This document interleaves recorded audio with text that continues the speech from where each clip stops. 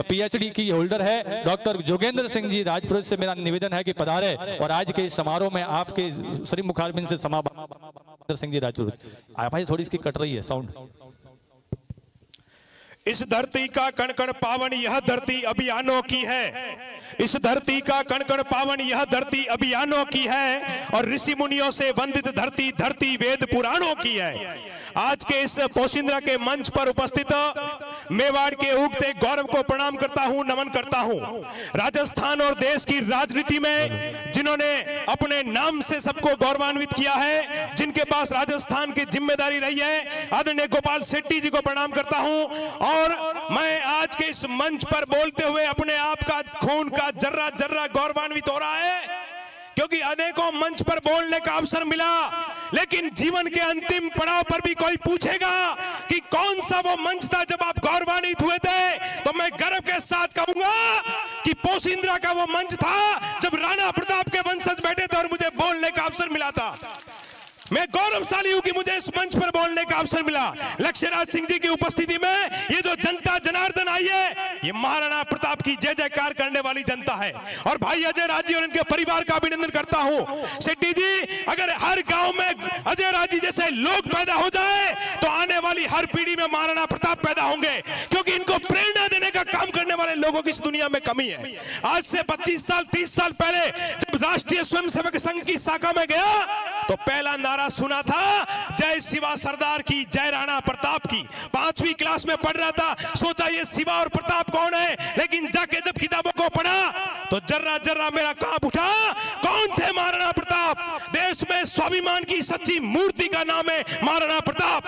देश में राष्ट्रवाद की धधकती ज्वाला का नाम है महाराणा प्रताप। देश के गौरव और सम्मान का नाम है महाराणा प्रताप। हिंदू सनातन संस्कृति को जीवंत रखने का नाम है महाराणा प्रताप। और ये जो लोग यहाँ पर बैठे हैं, हम केवल इसीलिए जिंदा है कि हमारे वंशज में कभी महाराणा प्रताप हुए थे, इसलिए आज हम जिंदा हैं और आप सबके सामने खड़े हैं। और महाराणा प्रताप का इतिहास कोई सामान्य इतिहास नहीं है, वो इतिहास जिसको पढ़ते हैं तो आने वाली पीढ़ियां प्रेरणा लेती है। मैं गौरवशाली हूं कि मुझे इस पीढ़ी में जन्म लेने का अवसर मिला। गोपाल शेट्टी जी, आपने जो मांग संसद में रखी थी, हम लोग जब दिल्ली की सड़कों पर जाते हैं तो अकबर नाम की सड़क, औरंगजेब नाम की सड़क, दुनिया के अंदर जिन लोगों ने हमको गुलाम रखा, उन गुलामी को हमको पढ़ाया गया। क्यों नहीं पढ़ाया गया हिंदुस्तान की किताबों में शिवाजी और महाराणा प्रताप को? क्यों नहीं पढ़ाया गया हिंदुस्तान की किताबों के अंदर शिवाजी के साथ भगत सिंह, सुभाष चंद्र बोस को?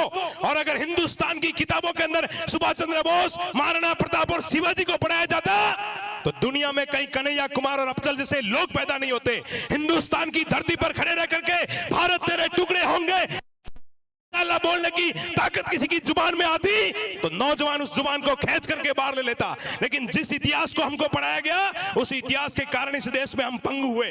मैं चाहता हूं इस देश को वो इतिहास पढ़ाया जाए जिसको पढ़ करके हर घर से राम पैदा हो, जिसको पढ़ करके हर घर से रावण पैदा हो, राम कृष्ण पैदा हो और रावण का खात्मा करने वाले लोग पैदा हो। यहाँ बहुत सारी माताएं बहनें बैठी है। डॉक्टर लक्ष्यराज सिंह जी, मैं जब बीकानेर की धरती पर गया तो किरण देवी का इतिहास भी देखा मैंने।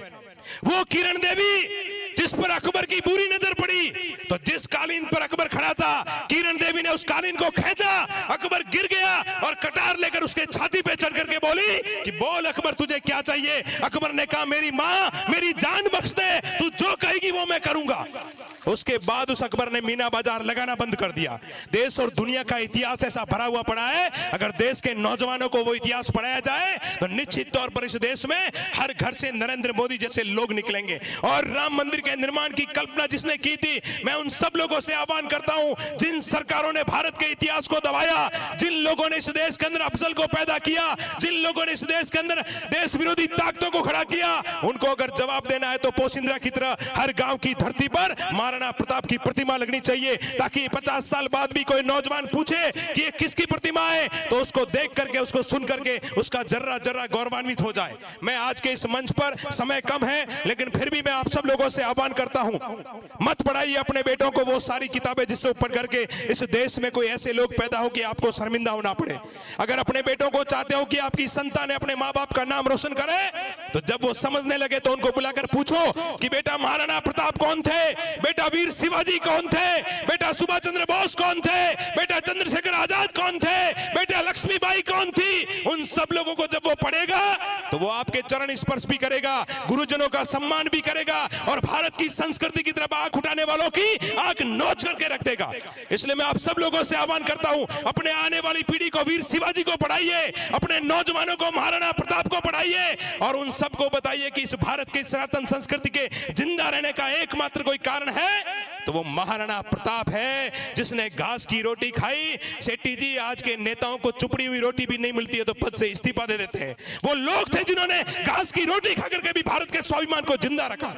इसलिए उस स्वाभिमानी महाराणा प्रताप के चरणों में नमन करता हूं।